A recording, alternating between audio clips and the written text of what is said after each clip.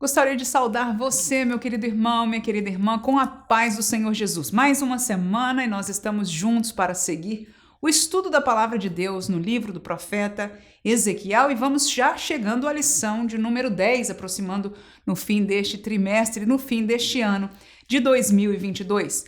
Essa lição vai tratar sobre a restauração nacional e espiritual de Israel. E eu gostaria de aproveitar este tema que foi bem colocado no comentário da nossa lição pelo pastor Ezequias Soares para nos trazer uma visão abrangente, ou talvez por que não dizer até nos aprofundar um pouco mais acerca da realidade da nação de Israel e aquilo que espera para o seu futuro.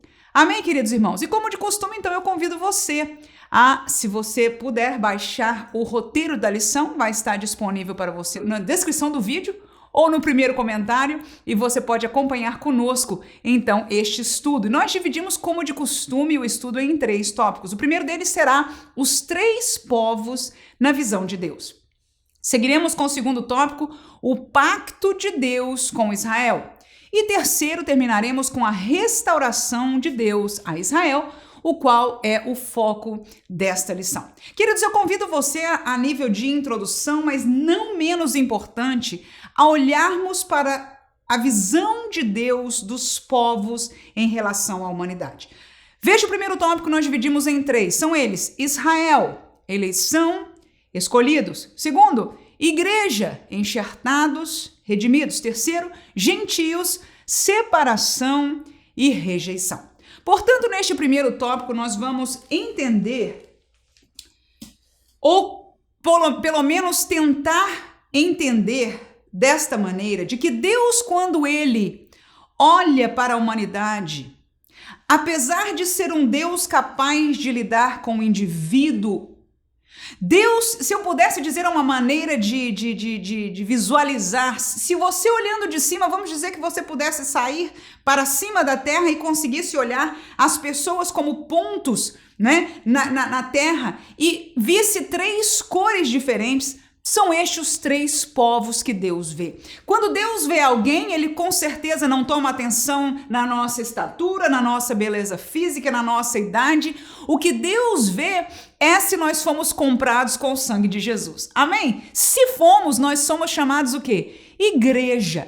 Éramos gentios, separados de Deus e agora fomos feitos igreja. No entanto, em Gênesis capítulo 2, 1 a 3, você vai se lembrar comigo que Deus ali chama de um homem a sua genealogia, a sua herança, a família que haveria de seguir, não é, do seu lombo, na linguagem bíblica, e ele fez da linhagem de Abraão um povo para si, e este povo tornou-se conhecido como povo de Israel, como os judeus que nós conhecemos hoje. A nação israelita, portanto, é uma etnia especial para Deus. Por que especial? A Bíblia diz que não foi pela beleza de Abraão, não foi por nenhum mérito em verdade de Abraão, mas porque aprouve a Deus escolher a Abraão e dele fazer para si uma nação onde ele engrandeceria o seu próprio nome. Amém, irmãos? Então nós vemos que a humanidade ela é dividida em 3 povos na visão bíblica, na visão divina. Alguém é israelita, é judeu, ou alguém é gentio. E diga-se de passagem, ser gentio significa não ser judeu. Amém? Antes de Abraão, todos eram só seres humanos, se a gente pudesse dizer de maneira geral, gentios, sem entrar em méritos menores. Mas desta realidade, que inclusive Abraão era uma pessoa idólatra, amém, irmãos? Deus retira, Deus se mostra, Deus se revela em Abraão e chama este Abraão pela fé, obedece e segue as ordens e orientações deste Deus que ele passa a conhecer agora de uma maneira pessoal, e Deus faz dele, de Abraão, uma nação, e esta trata-se da nação de Israel. Não há outra nação no mundo, irmãos, que Deus tenha com ela um concerto, é o que nós vamos ver no tópico número 2. Muito importante o estudo desse dia, que o Senhor possa dar graça a cada um de nós. Começar comigo que estamos estamos compartilhando esta palavra com você, mas a cada um dos irmãos para juntos apreciarmos a palavra e o estudo de Deus neste dia. Israel, portanto, foi eleito. Vamos ao texto de Gênesis. Gênesis capítulo 12, 1 a 3 diz o seguinte: ora, o Senhor disse a Abraão: sai-te da tua terra e da tua parentela, e da casa de teu pai, para a terra que eu te mostrarei. E far-te-ei uma grande nação, e abençoar-te-ei, e engrandecerei o teu nome, e tu serás uma bênção, e abençoarei os que te abençoarem, e amaldiçoarei os que te amaldiçoarem, e em ti serão benditas todas as famílias da terra. Ainda o 7 diz: e apareceu o Senhor a Abraão e disse: à tua semente darei esta terra. E edificou ali um altar ao Senhor que lhe aparecera. Portanto, Israel foi escolhido, foi eleito, foi separado dos lombos de Abraão para ser uma nação. Ali era ainda uma família, em verdade, um homem, amém? Mas Deus disse que a promessa a partir dele seria para uma nação, e esta nação, Israel, é a nação que Deus escolheu para, a partir dela, mostrar, revelar o plano da salvação para a humanidade, da qual viria Jesus. Jesus, quando esteve aqui na terra, ele disse: porque a salvação vem dos judeus. Alguém se escandaliza com esta palavra, mas não é mentira, pelo contrário, veio da linhagem de Israel. Quando depois apareceu Davi e houve a promessa de Deus que da linhagem de Davi viria o Messias, essa mesma realidade aconteceu, se cumprindo, sendo desde a linhagem de Abraão e chegando até Jesus. Esta nação, Deus tinha um pacto para quê? Para mostrar às demais nações o Deus verdadeiro. Você vai se lembrar que as nações da terra eram nações pagãs que adoram outros deuses, não conheciam ao Deus Criador. Você pode até lembrar de Paulo, mesmo no tempo do Novo Testamento, entrando nas cidades, achando templos, né? Até que ele disse: eu vim apresentar num destes templos às pessoas, ele disse: eu vim apresentar o Deus que vocês desconhecem, que é o Deus Criador dos céus e da terra. Mas historicamente, Israel foi chamado para que as nações da terra vissem a glória de Deus através da sua história. Atos capítulo 13, versículo 17, diz a Bíblia Sagrada: o Deus deste povo de Israel escolheu as nossos pais e exaltou o povo, sendo eles estrangeiros na terra do Egito, e com braço poderoso o tirou dela. Logo cedo na história de Israel, você conhece o evento da ida ao Egito e a mão forte do Senhor, e tornou-se mais conhecido, talvez dizer mais famosa, a nação de Israel depois dessa atuação de Deus em favor do seu povo, tirando do Egito, depois os transportando, e os milagres que aconteceram no deserto e por fim na conquista da terra prometida. Portanto, Deus vê primeiro este povo. E por que um povo geneticamente ou genealogicamente escolhido? Você vai encontrar hoje, por exemplo, na Alemanha, israelitas. Na África, você vai encontrar israelitas. No Brasil, você vai encontrar israelitas. Aqui nos Estados Unidos, onde eu moro, muitos israelitas. Ora, todos aqueles que são de sangue e linhagem de Abraão, eles são israelitas, porque assim Deus o fez. Nós vamos estudar mais para frente, temos visto como caminho do passado. Você vai se lembrar que a história de Israel foi marcada por alguns julgamentos ou juízos de Deus contra ela, e cada uma delas houve uma diáspora. Não só o cativeiro, que eles tiveram que sair da sua terra e foram levados cativos para outra terra, mas houve circunstâncias, primeiro que através do cativeiro, depois do cativeiro houve diáspora, ok? Mas depois no futuro houve uma outra diáspora ainda maior, que nós vamos falar um pouco na frente. Mas o que eu quero dizer com isso? É que o povo de Israel não deixa de ser nação porque está espalhada. Diga de passagem, você tem estudado conosco no livro de Ezequiel, que o Senhor diz: eu os trarei de todas as nações de volta à sua terra. Amém? Portanto, 1948, nós já estudamos sobre isso. O Senhor cumpriu a profecia que nesta classe nós lemos como texto áureo, que é Ezequiel capítulo 37, onde os ossos vieram de todos os lados, que estavam espalhados por todo lado, cumprimento de 36 de Ezequiel, 37 de Ezequiel, e se ajuntaram, voltaram a habitar em sua terra. Isso historicamente aconteceu muito recente em sentido de história, não é? Quando Israel voltou a ser um país, uma nação e ter um governante. Amém? Portanto, Deus, quando vê o mundo lá na Europa, nos Estados Unidos, na América Central, no Brasil, ele vê algumas pessoas com uma cor, vamos dizer que seja azul, ok? Todo mundo que ele vê azul é israelita. Que outro povo existe? São os gentios, são aqueles que são separados da promessa de Deus. Vamos ler um texto bíblico aí, Efésios capítulo 2, versículo 11 a 16, eles não são israelitas, portanto, historicamente são gentios. Efésios 2, 11 diz: portanto, lembrai-vos de que vós, noutro tempo, éreis gentios na carne, e chamados incircuncisão, pelos que na carne se chamam circuncisão, feita pela mão dos homens, que naquele tempo estáveis sem Cristo, separados da comunidade de Israel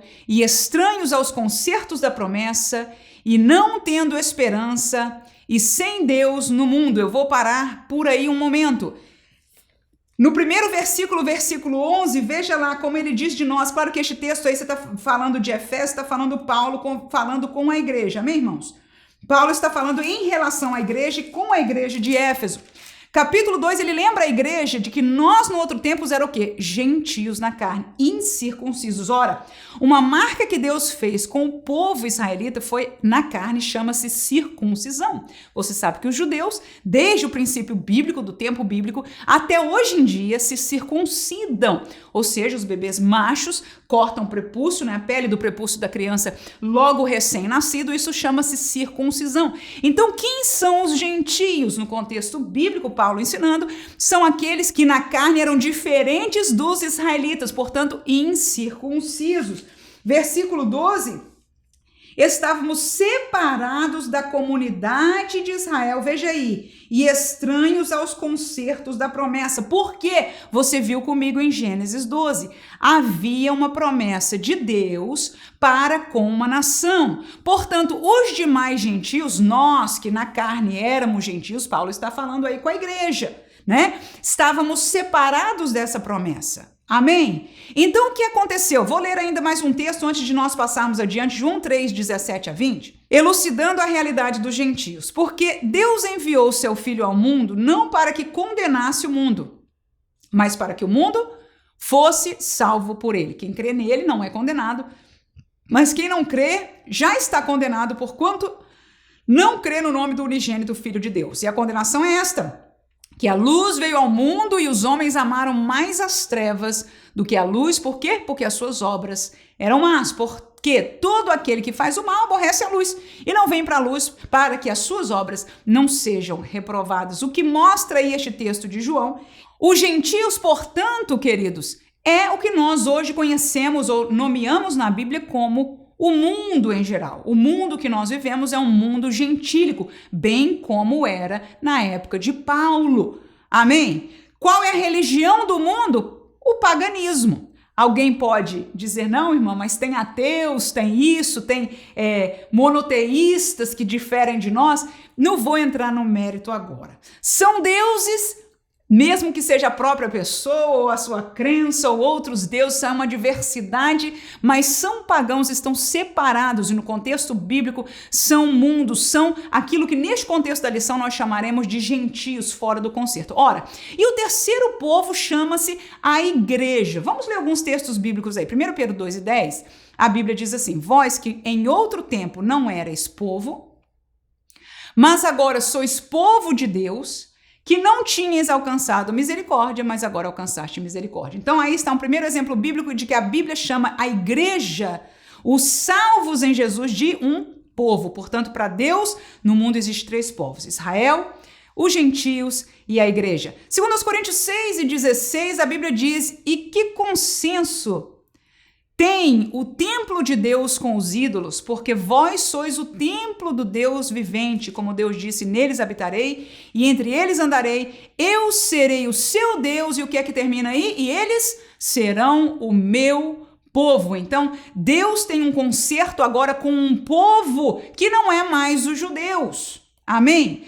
Há um povo distinto que saiu dos ídolos, conforme este texto aí de Corinto, aos Coríntios, que saiu dos ídolos, que não tem mais comunhão espiritual, mas que não tem nada a ver também com a nação de Israel. Que povo é esse, irmãos? É a igreja do Senhor Jesus. Então, quando Deus lá de cima vê a terra, ele vê alguns de azul e ele vê outros de vermelho. Vou colocar vermelho porque é o símbolo do sangue de Cristo Jesus. Estes que foram lavados estão marcados com... Irmã, não vai dizer por aí, irmãos, que eu estou dizendo heresia. Deus não vê cor do céu. Estou ajudando para nós entendermos que quando Deus olha para os povos da terra, ainda que Deus tenha a capacidade e lide conosco individualmente, é importante entender para interpretação bíblica, você vai compreender melhor o que eu estou falando nos próximos tópicos, de que entender que Deus separa, num certo sentido, a igreja, Israel e os gentios. Termino com Romanos 11, versículo 20. Este texto de Romanos 11 é extremamente precioso e nós até voltaremos ele mais na frente do nosso estudo. Versículo 20 diz: está bem, pela sua incredulidade foram quebrados, e tu estás em pé pela fé. Deixa eu dizer o contexto aí. Quem foi quebrado foi Israel, e tu é a igreja, tá? Então não te ensoberbeças, igreja, mas teme. Versículo 24 ainda.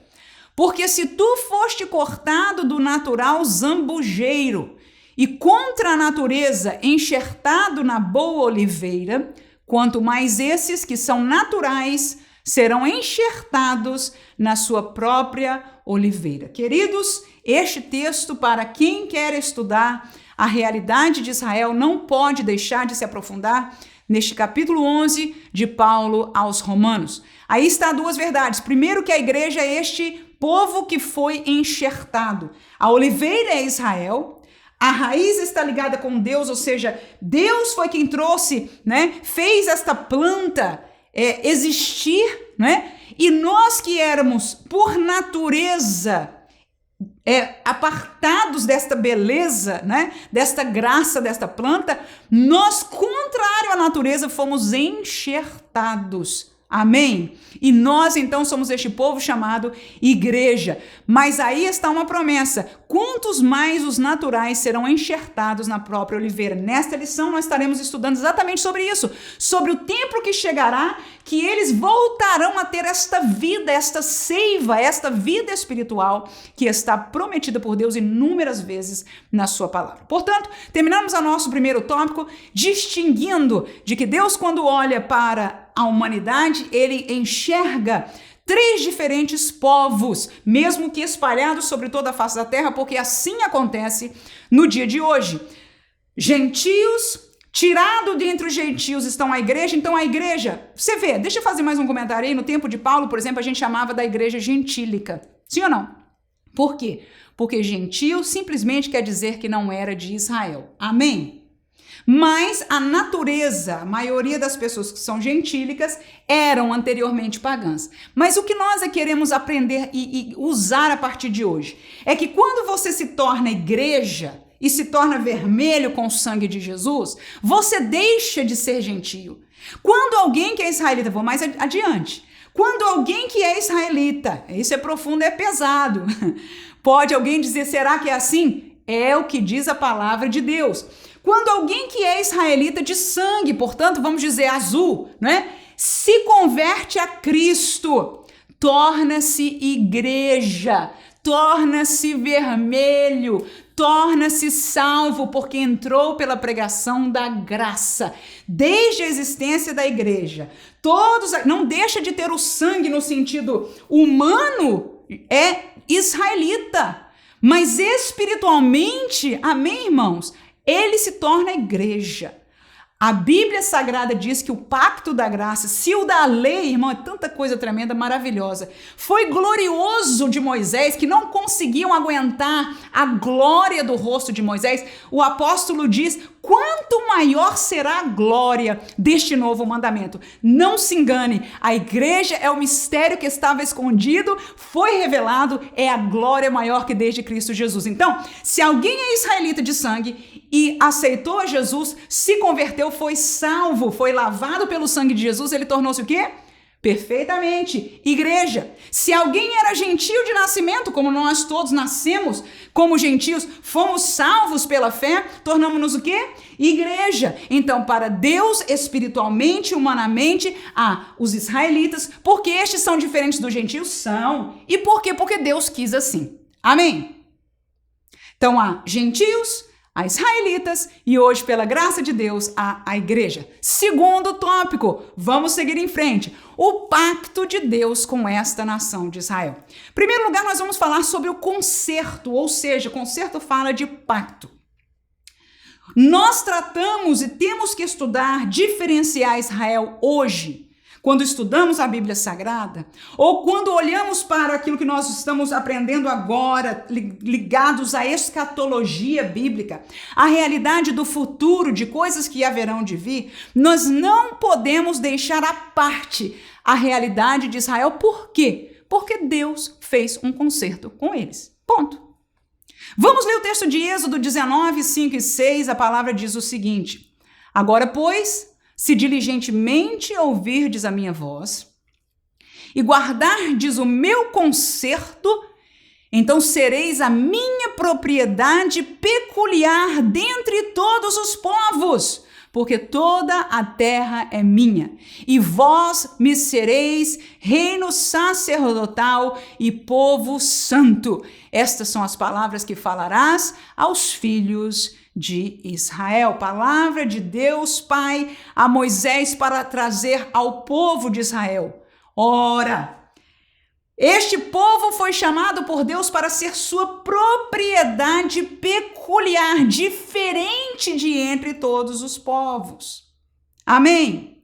Mas Deus sempre fez uma condição nestas palavras. Você vai encontrar isto várias vezes na Bíblia. Se vocês permanecerem no meu concerto, Deus deu a lei, Deus deu um sacerdócio, Deus deu uma cerimônia para perdão, Deus deu acesso ao perdão, à comunhão com Deus, à voz de Deus através da nação de Israel. Mas era necessário que o outro lado fizesse a sua parte. Qual seria? Permanecer em fidelidade a este concerto. Portanto, com a nação de Israel, diferente, como diz aí, de todas as nações da terra, o Senhor tinha este concerto. Vamos a Êxodo, capítulo 6, versículo 7, a Bíblia diz o seguinte: e eu vos tomarei por meu povo, e serei vosso Deus, e sabereis que eu sou o Senhor vosso Deus, que vos tiro de debaixo das cargas dos egípcios. Portanto, queridos irmãos, nós vemos de que há um concerto, há um separar de Deus para com a nação de Israel.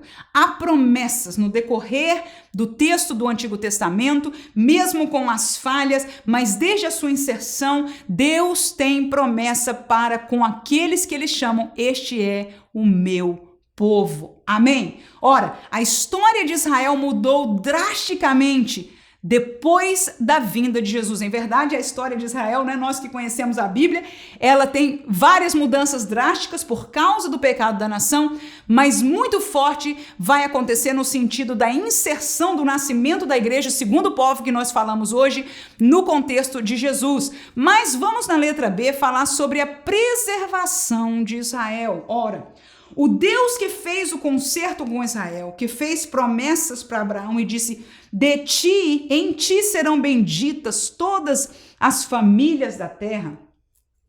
Este mesmo Deus que promete, ele é aquele que preserva. O preservar de Deus é aquele tipo da coisa que Deus diz: olha, não tendo por quem jurar, eu jurei pela minha mão direita. Já ouviu isso? É texto bíblico. Amém, irmãos? É o seguinte sentido: Deus tinha que trazer para nós, para o ser humano. Por que ele tinha? Porque ele prometeu. Em Gênesis capítulo 3 e 15, da semente da mulher. Amém? Ele prometeu um redentor, ele haveria de trazer Jesus, o Cordeiro, o Filho de Deus, para pagar pelos nossos pecados e ser redenção das nossas vidas. Para isso era necessário escolher Israel, mostrar através dessas cerimônias e da palavra e da lei que o conserto de Deus e este futuro fosse mostrado, e foi. Havia uma esperança, haviam várias profecias, e a realidade foi que Deus, apesar do pecado de Israel, Deus não passou por cima. Você conhece a história, estudamos nesse trimestre. Quando Israel chegou a um nível insustentável de pecado, de traição, de apostasia contra Deus, Deus os levou ao cativeiro. Para quê, irmãos? Para salvar ainda alguns. Porque ficaram aqueles anos no cativeiro, mas voltaram de volta à sua terra porque Deus permitiu que fizessem assim e se reconstruíram. O templo foi reconstruído, a adoração a Deus foi reconstruída e a nação foi preservada. No entanto, historicamente, você vai saber, Jesus disse mesmo isso, nós vamos ler os textos aí. Vamos lá, aos textos bíblicos, vai ficar mais fácil. 1 Reis 6, 11 a 13, a Bíblia diz: então veio a palavra do Senhor a Salomão, dizendo: quanto a esta casa que tu edificas, se andares, olha aí de novo, nos meus estatutos, fizeres os meus juízos, guardares os meus mandamentos todos, andando neles, confirmarei para contigo a minha palavra, a qual falei a Davi, o teu pai, e habitarei no meio dos filhos de Israel, olha aí, e não desampararei o meu povo Israel. Promessa de Deus sempre vinculada à obediência do povo. Como nação, Deus só teve pacto com uma nação do mundo, da qual nação ele deu as regras. Portanto, a constituição, no melhor dos sentidos, de Israel na sua história bíblica era a lei de Deus, que ali tinha leis morais, civis e cerimoniais, ou seja, religiosas. A única nação do mundo que Deus deu ou comandou ou exigiu esta realidade. Amém? Mas preste atenção, ainda que como nação haja um pacto de Deus, eu quero que você tome atenção nisso, de que Deus, ele lida com os indivíduos individualmente. Cada israelita individualmente tinha que ser fiel, permanecer, ou alguns deles, você conhece algumas histórias da Bíblia Sagrada, que se desviaram, que se apartaram e se perderam da fé. Amém? Mas como nação, esta é a única nação que Deus, às vezes na Bíblia, você vai ver, várias vezes em verdade, Deus lidando com o povo de Israel como nação, e esta é a realidade. Deus disse: eu quero que você esteja, eu vou preservar, né? Mas é necessário que vocês continuem obedecendo. Romanos capítulo 11, versículo 2. A Bíblia diz o seguinte: Deus não rejeitou o seu povo que antes conheceu. Só a primeira parte disso aí. Ou seja, mesmo que Israel a gente conheça a realidade que vive hoje e alguém possa dizer aonde está Israel, a gente vai falar daqui a pouquinho onde estão. Mas a Bíblia diz e nos assegura: Deus não rejeitou o seu povo que antes conheceu. Ou seja, o pacto, o compromisso que Deus teve com esta nação, Deus não se esqueceu. Amém? Este texto de Romanos é precioso para nós, como igreja, entendermos a posição de Deus para com Israel e qual deve, portanto, ser a nossa posição como igreja em relação a Israel. Não de submissão, não de menores, porque nós já falamos aqui, este pacto ele é superior, no entanto, de respeito e saber que eles são a oliveira, amém? E que não só podem ser recuperados, mas no futuro serão recuperados, levantados, inclusive espiritualmente. Eu termino este tópico da preservação com o texto de Lucas, capítulo 19, texto que Jesus falou. 41 a 44, disse Jesus, quando estava na entrada, se aproximando de Jerusalém, naquele naquele evento chamado a entrada triunfal. E quando ia chegando, vendo a cidade, chorou sobre ela, dizendo: ah, se tu conhecesses também, ao menos neste teu dia, o que à tua paz pertence. Mas agora isso está encoberto aos teus olhos. Porque dias virão sobre ti em que os teus inimigos te cercarão de trincheiras e te sitiarão e te estreitarão de todas as bandas e te derribarão a ti e a teus filhos que dentro de ti estiverem, e não deixarão em ti pedra sobre pedra, pois que não conheceste o tempo da tua visitação. Queridos irmãos, quando Jesus se aproximava para a entrada triunfal em Jerusalém, ele chorou sobre a cidade, sabendo que ele veio para os seus, como disse o apóstolo João, mas os seus não o receberam. O dia da visitação do Messias chegara à nação de Israel, mas o povo não entendeu, não recebeu e por causa disso tornou-se cego espiritualmente.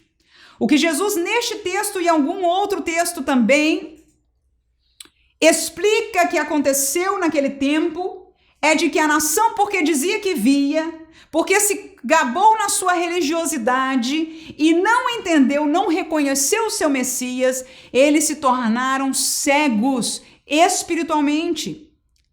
Esta foi uma provisão de Deus, conforme Romanos 11 e outros textos, para que os gentios, para que a porta da graça fosse aberta e esta salvação fosse espalhada por todo o mundo, as nações gentílicas, e esta foi a inserção da igreja do Senhor Jesus.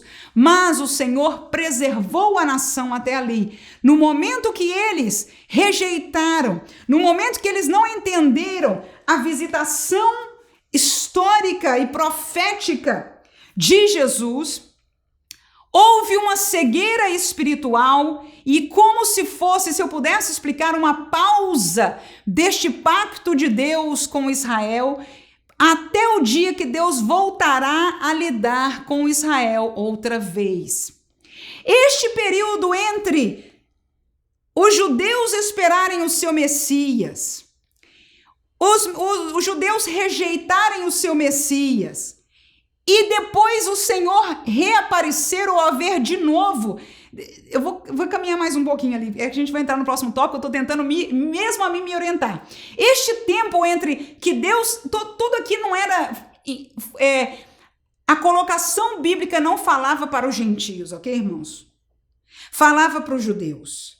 Havia lá no Antigo Testamento aqui e ali promessas dizendo assim: vai vir um povo que não era povo, a minha lei será escrita no seu coração. Havia uma promessa, mas que ninguém entendia claramente o que era aquilo. Amém?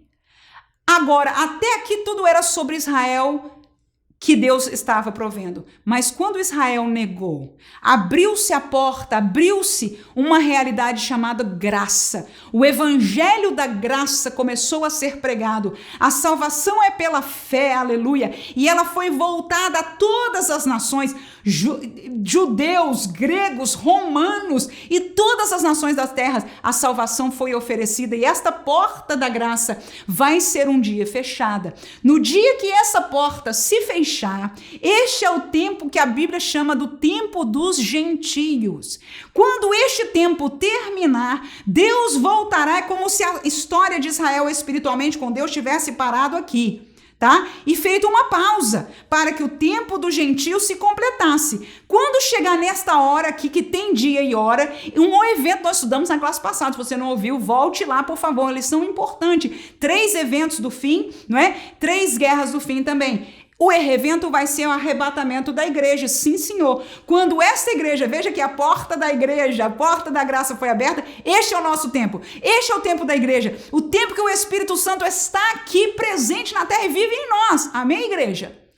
Este tempo, ele existe para Deus, ninguém sabe o dia e a hora que vai fechar, mas na hora que este tempo terminar, Deus começa na história bíblica o tic-tac do relógio de Deus para com Israel, que Daniel tinha previsto em sua profecia, começa a tocar outra vez. Faltava para Daniel uma semana na história de Israel que foi profetizada, e essa última semana nunca aconteceu. Houve uma pausa aí na história e foi isso que aconteceu quando Deus inseriu a história da igreja, e quando essa história acabar com o seu arrebatamento, então a partir deste momento Deus vai voltar a lidar com Israel. Em parte vai tratar da ira com as demais nações que foram contrárias ao seu povo, mas vai voltar espiritualmente a lidar com a nação de Israel. Mas até aí houve preservação. A mão de Deus, de maneira geral, preservou a existência da nação de Israel. Amém?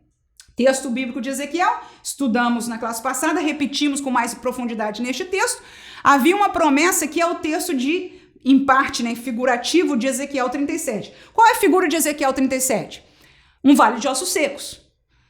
Ezequiel teve uma visão e viu os ossos secos espalhados, não havia vida, havia até uma pergunta: será que pode voltar a viver? E você pode reconhecer que historicamente, principalmente depois do período do Holocausto, a pergunta existia: será que pode ainda haver vida? Israel ali não tinha mais lugar, irmão. A Palestina não havia uma nação. Não só eles estavam espalhados por todo o mundo, mas foram perseguidos extraordinariamente e morreram aos muitos, irmãos. Você conhece a história. E a pergunta profética foi feita: filho do homem, poderia voltar a viver? E aí o Senhor diz a ele: profetiza sobre os ossos.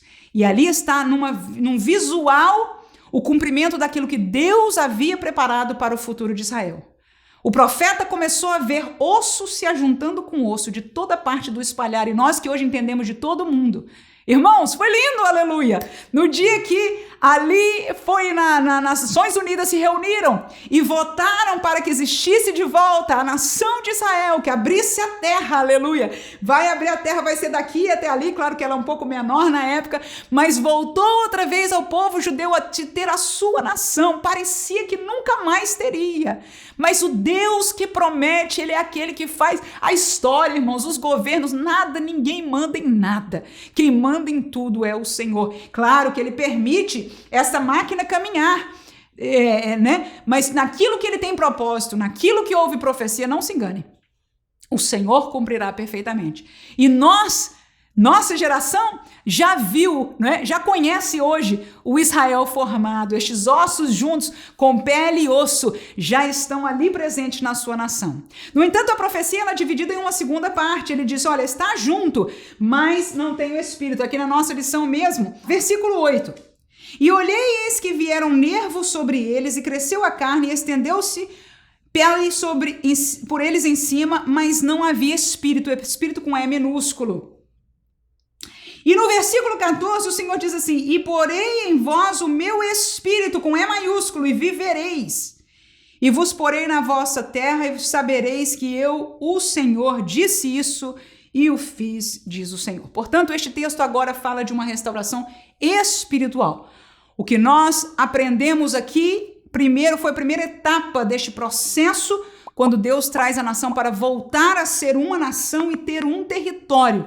Promessa de Deus neste sentimento. Agora, Lucas capítulo 21, 24, nós vamos falar sobre a salvação nacional. Pausa aí para nós entendermos uma coisa. Tudo que se liga com salvação trata-se de quê? De futuro eterno. Sim ou não? Por que a gente é salvo? De que a gente é salvo? Da morte eterna. O que é a morte eterna? O inferno. Punição pelos nossos pecados, condenação eterna. Amém?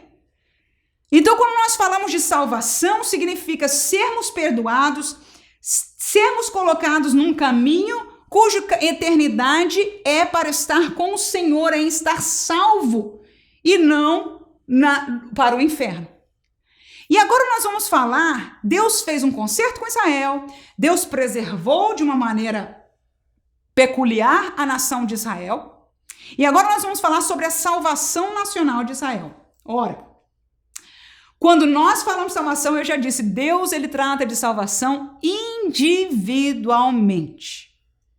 Nunca mudou, nunca vai mudar. Desde Adão até o último ser humano que viveu na terra, quando estiver diante dele no trono branco, ou se, não é, que for a realidade, dará conta da sua escolha pessoal diante de Deus. Amém? E por que então, irmã, você está falando de salvação nacional? Por que o profeta profetizou sobre uma realidade nacional? Porque Deus tem um pacto com o povo judeu e com a nação. Houveram realidades, por exemplo, a vinda do Messias foi para a nação de Israel. Dá para entender isso?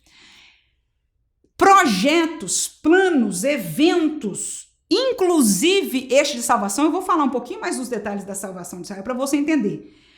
Não isenta, ou seja, aquilo que Deus está fazendo em prol da nação, por causa de um pacto que ele fez com a nação de Israel. Amém? Não isenta a realidade de que cada indivíduo, israelita ou não, tem diante de Deus. Mas quando nós falamos de salvação de Israel, vamos aos textos bíblicos para eu explicar bem, no contexto desta profecia, o que é que nós queremos dizer. Lucas 21, 24, disse Jesus, e cairão a fio de espada, e para todas as nações serão levados cativos, e Jerusalém será pisada pelos gentios, até que o tempo dos gentios se completem. Viu aí? Esta palavra de Jesus está falando sobre a diáspora que haveria acontecer no ano 70 depois de Cristo. Jesus tornou-se, antes de Cristo por causa de Jesus. 70 anos depois foi quando se cumpriu, depois do seu nascimento, com certeza, esta diáspora, quando o povo foi levado para todas as nações da terra. Jerusalém foi acabada, pisada, e o Senhor aí nos faz esta menção do tempo dos gentios que nós já comentamos aqui. Ora, mas a nação então está aqui vamos dizer, em as rascas, Vamos a Romanos capítulo 11, aquele texto que nós temos falado dele, versículo 25 ao 28, a Bíblia diz assim, porque não quero, irmãos, que ignoreis este segredo. Olha lá Paulo chamando este segredo. Para que não presumais de vós mesmos, que o endurecimento veio em parte sobre Israel, até que a plenitude dos gentios haja entrado. O que você entendeu até agora aí, irmão? A gente está falando sobre isso. Deus endureceu o coração do povo dele, para que a porta da graça fosse aberta. Por favor, tome um tempinho essa semana para ler Romanos 11. Amém? Glória a Jesus. Ora, até que o tempo, a plenitude, ou seja, Deus conhece todas as coisas, irmãos. Até que este tempo seja perfeito, Israel estará endurecido. Vamos seguir aí, versículo 26. E assim todo Israel, olha lá, depois desse tempo dos gentios, será salvo, como está escrito, de Sirão virá o libertador, e desviará de Jacó as impiedades. E este será o meu concerto com eles, quando eu tirar os seus pecados. Termino no 28. Assim que quanto ao evangelho, são inimigos por causa de vós, mas quanto à eleição, aleluia, amados por causa dos pais. Ou seja, os judeus se tornaram inimigos de nós porque eles rejeitaram a Cristo, que é o evangelho para nós, o evangelho da graça. Mas eles são amados por causa dos pais porque eles foram eleitos, ou seja, há um compromisso de Deus com essa nação. E o texto de Romanos 11 vai mostrar para nós claramente de que Deus, em verdade, permitiu esse endurecimento aos israelitas, permitindo essa porta ser aberta para que a igreja existisse e se formasse, mas que Deus voltaria a lidar com eles e fala claramente da salvação. Olha aqui, o que a gente leu, não foi? Versículo 26, e assim todo o Israel será salvo. Mas irmã, a irmã acabou de falar de salvação individual e agora a irmã está dizendo todo do Israel. Como é que vai acontecer isso? Vamos caminhar mais alguns versículos aí. Zacarias, olha lá, capítulo 12, versículo 10. Diz assim a palavra de Deus, e sobre a casa de Davi e sobre os habitantes de Jerusalém derramarei o espírito de graça e de súplicas. E olharão para mim, a quem traspassaram, e prantearão como quem pranteia por um unigênito, e chorarão amargamente por ele, como se chora amargamente pelo primogênito. Queridos irmãos, Zacarias 12 narra o dia que Jesus vai voltar para o remanescente de Israel. Isso aí é muito interessante, que a profecia bíblica, irmã, ela funciona como um grande quebra-cabeça. E as partes parece desconectadas, e cabe a nós conectar estas partes. Em verdade, a Bíblia nos ajuda, porque ela vai, né, uma coisa vai fazendo lógica, amém? Com a outra. E há estudiosos que gastam tempo para perceber todos estes detalhes e nós aprendemos com eles. Mas vamos olhar para as Escrituras Sagradas. Zacarias 12 narra a vinda de Jesus, tá aí, sobre a casa de Davi, eles vão, derramarei o Espírito da graça quando eles prantearão e olharão para mim. Quem é esse mim? É Jesus, a quem transpassaram. Os judeus transpassaram a Jesus e prantearão. Ou seja, vai haver um dia que os judeus reconhecerão esse Jesus. Ora, que dia é esse? Você, em algumas classes para trás, olhou comigo isso em Apocalipse. Quando, no fim da grande tribulação, as nações, a Bíblia diz que neste tempo serão todas, não sei, a primeira guerra confederada, que é parte das nações, algumas somente, mas todas as nações da terra virão ao vale do Armagedon para guerrear contra Israel. E Israel, irmão, já passou por um período de grande tribulação tremendo. Você sabe quanta morte vai acontecer no período da grande tribulação? E você, se lê o Apocalipse cuidadosamente, vai ler que muitos judeus ali pereceram e você vai encontrar eles já, não é? Uma visão celestial que o apóstolo João enxerga acontecendo. Mas haverá um remanescente que ficará acuado, não é? Quando todas as nações de terra virão em guerra contra eles. Ora, são estes remanescentes, esta naçãozinha de Israel ali, que Jesus vai vir salvar. A Bíblia diz no texto de Apocalipse que do céu virá um montado sobre o cavalo, com uma espada, cujo nome está escrito ao lado. Ele é fiel e verdadeiro, Rei dos reis e Senhor dos senhores. E o povo de Israel verá, e neste texto de Zacarias ele disse, vão ver as mãos, perguntarão que marcas são essas nas suas mãos? São que foram transpassados pelos meus amigos, aleluia. Então ali a nação de Israel reconhecerá que Jesus é o seu Messias, aleluia. E a Bíblia diz que para aqueles que reconhecem Jesus como Messias, que fomos nós, amém, irmãos? Somos o que? Salvos. E neste dia o Senhor Jesus aparecerá para toda a nação, ou melhor dizendo, para aquilo que sobrou da nação de Israel. Fim da grande tribulação, os remanescentes de Israel, o Senhor Jesus aparecerá.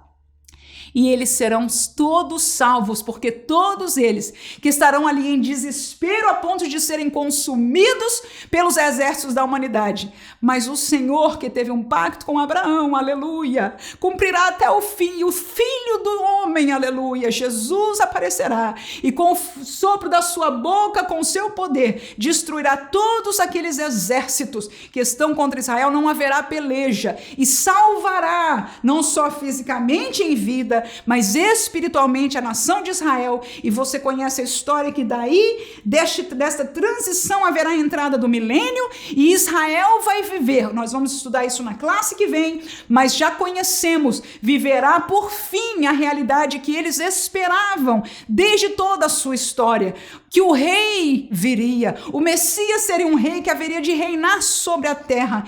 Não era mentira, não era conto, mas eles não entenderam como ele apareceu em sua primeira vinda como Cristo que foi oferecido como cordeiro para a nossa salvação. Mas um dia, e vai chegar, que eles reconhecerão e olharão para os furos, as marcas dos pregos na mão de Jesus, reconhecerão, aceitarão, se quebrantarão, como diz o texto de Zacarias, prantearão, irmãos, vai ser um choro que nunca se ouviu, de arrependimento, porque ali estará o seu Messias e eles reconhecerão como nação. Por quê, irmão? Porque todo mundo vai ver e vai reconhecer. Amém. Glória a Jesus, cumprimento da palavra de Deus. Glória a Jesus, salvação nacional. Vamos falar, terminando o último tópico, vamos tentar ser mais breves para terminar, porque já aprendemos praticamente tudo desta lição, mas ainda tem coisa importante aí, olha lá. Vamos falar da restauração de Deus a Israel.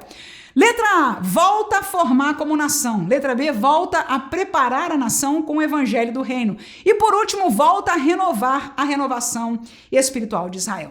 Volta a formar como nação, já comentamos, não vou ler os textos, estão aí para você disponíveis. Parte da restauração de Israel, texto de Ezequiel 37, é a restauração dos ossos com carne e tudo, é a restauração nacional. Já aconteceu em 1948, já é em existência. Segunda coisa, essa não, olha lá. Deus volta a preparar Israel com o quê? Com o evangelho do reino. Deixa eu ver se eu me explico aí. Marcos, capítulo 1, versículo 4. Escuta isso aí, por favor. Apareceu João batizando no deserto. Quem é esse João? João Batista. E pregando o batismo de arrependimento para perdão dos pecados. 14 e 15. E depois que João foi entregue à prisão, veio Jesus para Galileia pregando o evangelho do reino de Deus e dizendo: o tempo está cumprido e o reino de Deus está próximo. Arrependei-vos e crede no evangelho. Ora, irmãos, o evangelho que João Batista pregou e o evangelho que Jesus pregou para os judeus, antes do seu sacrifício, antes dele ter entregado e tornar-se o cordeiro perfeito, chama-se o evangelho do reino. É um evangelho para arrependimento. Lembra-se da profecia de João Batista que ele disse: voz do que clama no deserto, vem preparar o caminho? João foi o primeiro a trazer essa voz de preparação, chamando o povo ao arrependimento. O batismo, a gente leu este texto aí, o batismo do arrependimento. Este era o evangelho do reino, preparando o povo para o reino de Deus que haveria de vir. E o reino de Deus espiritualmente já está entre nós desde que Jesus veio, mas não fisicamente, porque vai ser no milênio. Amém? Mas o evangelho que era pregado era este evangelho que Jesus e João Batista pregaram. Vou ler mais um texto bíblico. 24 de Mateus 14, 15. E este evangelho do reino será pregado em todo o mundo, em testemunho a todas as gentes, e então virá o fim. Quando, pois, virdes que a abominação da desolação, de que falou o profeta Daniel, está no lugar santo, quem lê, entenda. Queridos, um pouquinho complicado aí, mas vamos tentar chegar lá. O evangelho que nós recebemos chama-se o evangelho da graça. A salvação oferecida pelo pacto do sangue de Jesus, chamado Novo Testamento, que Jesus disse: este é o Novo Testamento no meu sangue, fazer isso o quê? Em memória de mim. O testamento que fez parte dele, o véu rasgado de alto a baixo, quebrando a parede de separação, permitindo que este novo corpo espiritual de salvos chamado igreja tivesse direto acesso ao Pai por Jesus Cristo. É um novo testamento, é um novo pacto, é um novo evangelho, é uma nova realidade espiritual. Mas lembre-se que isso aconteceu no período que nós falamos um pouco mais cedo na classe. Neste período que Deus, porque não conheceu o período da visitação, lembra disso? Aqui houve uma pausa com Israel. Até aqui Israel ouviu o evangelho do reino. Israel esperava a realidade do reino de Deus. E ele ficou cego espiritual aqui, lembra? Agora, o tempo dos gentios, o evangelho da graça, o tempo que Noé chamou, no sentido figurado, para as pessoas virem, porque a destruição viria, o dilúvio viria.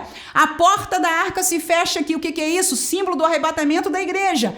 Aqui terminou o evangelho da graça. A graça viveu este período. Quando aqui terminar, o evangelho do reino será pregado novamente. Ou seja, é como se uma inserção no tempo. Faz sentido isso, irmão? Se não existisse o tempo da igreja, estaria um depois do outro. Mas como existiu este tempo, então agora o evangelho do reino vai ser pregado outra vez. Este texto de Mateus 24 aí está falando da grande tribulação. Como é que eu sei? Olha o 15. Quando virdes, pois, a abominação da desolação. Essa linguagem, até ele diz aí, que Daniel falou, irmãos. Lembra-se disso? Que o anticristo viria e faria um pacto com Israel. E no meio do tempo é o que aconteceria isso aí, a abominação viria. E os judeus então descobririam que ele não era bonzinho, de que ele não era o Cristo, mas que em verdade era, em palavras nossas, né, bíblicas, o anticristo. Amém, igreja? Portanto, na grande tribulação o evangelho vai ser pregado, mas não o evangelho da graça. O evangelho que vai ser pregado na grande tribulação chama-se o evangelho do reino. E quem vão ser os evangelistas, irmão? Abra a Bíblia comigo em Apocalipse, capítulo 7, versículo 4 a 8, a palavra de Deus diz: e ouvi o número dos assinalados, e eram 144 mil assinalados de todas as tribos. Filhos de Israel, da tribo de Judá, 12 mil, Ruben, 12 mil, e eu vou seguir aí até mais adiante, todas elas, 12 mil. Estes assinalados foram aqueles que foram levantados na grande tribulação para pregar o evangelho do reino. Para além deles, você vai ler sobre as duas testemunhas que Deus diz: eu levantei, e vão fazer coisas grandiosas, ou seja, no meio da desolação e da punição de Deus contra a humanidade, nós conhecemos o grande dia do Senhor, falamos na classe passada um pouco sobre a realidade da grande tribulação, tempo de grande destruição. Deus voltará a lidar com o seu povo. Parte do lidar é que o evangelho do arrependimento vai ser pregado. Deus vai, de alguma maneira, destas maneiras que nós estamos falando, fazer-se revelar ao seu povo. E muitos se arrependerão, porque eles não receberão o assinalar do anticristo, irmãos. E aqueles que não receberem vão perecer, vão sofrer perseguição. Ah, pode ser algum de nós? Não, irmão, nós não.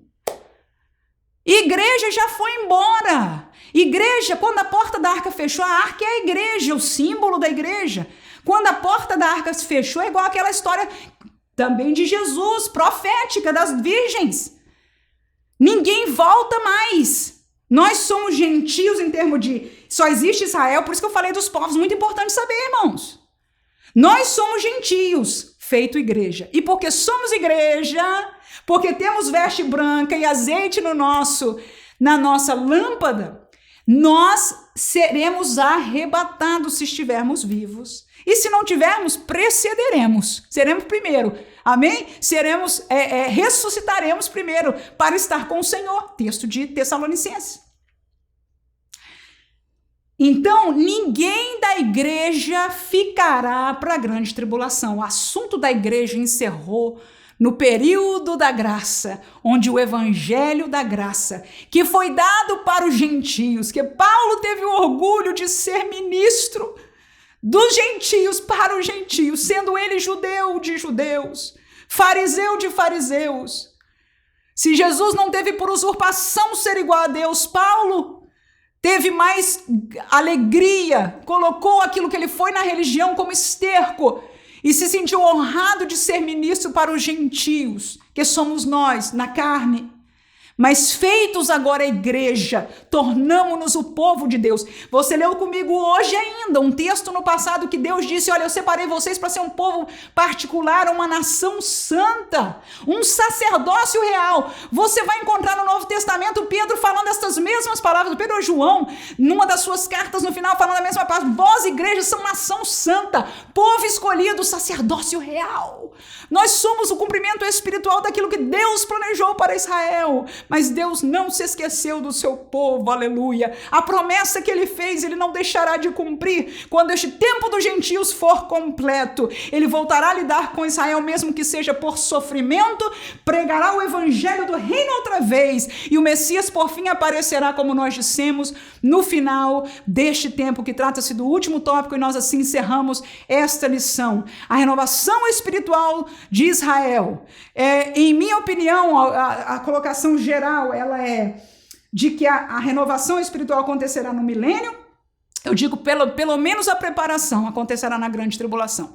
Em meio à grande tribulação, o evangelho do reino é pregado, haverá muito arrependimento, haverá salvação para os israelitas, que não se dobrarem, que permanecerem fiéis, que aceitarem ao reino. Irmãos, é como os que se batizaram com João Batista e que pereceram naqueles dias. Amém, irmãos? Era este evangelho até o dia que o sangue de Jesus foi trazido diante do Pai. O véu se rasgou e esta graça, o Novo Testamento que Jesus fez no seu sangue, abriu este evangelho da graça para as nossas vidas. Mas a história dos judeus ainda não terminou. Mas naquele dia, quando o Senhor Jesus vier nos ares para salvá-los, então a nação de Israel, sim, a nação de Israel será salva. O reino milenial, que eles não conheciam como reino milenial, o reino de Deus, vai ser estabelecido agora fisicamente neste mundo. E por 1000 anos eles reinarão com o Senhor. E diz a palavra de Deus, nós vamos estudar nas próximas classes sobre o milênio, que e vai ter mais gente por aqui também. Vamos falar disso na próxima classe? Que Deus ricamente abençoe. Ainda tem um texto aí de Hebreus 8, eu não vou ler. O tempo já se foi, 1 hora, mas por favor, tome tempo para ler este texto de 8 a 12. Romanos capítulo 11, versículo, capítulo 8 de Hebreus, textos preciosos, que Deus possa abençoar a sua classe em nome de Jesus. Eu espero ter sido de alguma ajuda na compreensão de coisas. Eu disse para os irmãos, essa classe seria um pouco mais profunda e eu espero que tenha sido suficiente para nós entendermos. Se tiver alguma dúvida, fique à vontade de colocar no nosso comentário. Eu leio cada um dos comentários dos irmãos, que Deus possa ricamente abençoar cada uma das suas vidas. Continue firme na fé. Continue buscando o seu azeite, porque nós não somos israelitas, somos igreja. Mesmo aqueles que têm o sangue, quem é que sabe? Tem gente que nem sabe, né? Que pode ter sangue misturado, não importa, irmãos. Nós somos igreja. Mais bem-aventurada coisa, aleluia, porque nós já cremos no Filho de Deus, aleluia, no Cordeiro perfeito. Que Deus possa abençoar você, fortalecer a sua fé.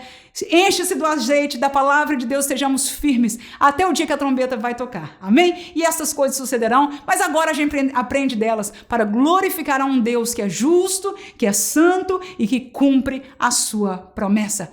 Amém?